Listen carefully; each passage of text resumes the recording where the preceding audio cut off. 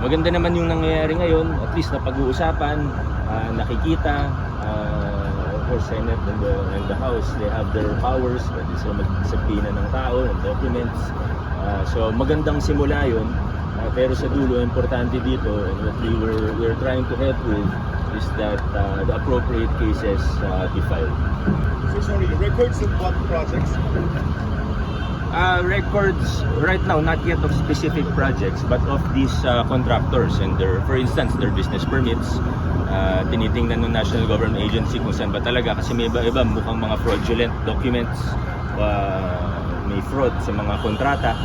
So yun po muna, nag-case build up tayo. Tapos may ilan na rin naman na proyekto.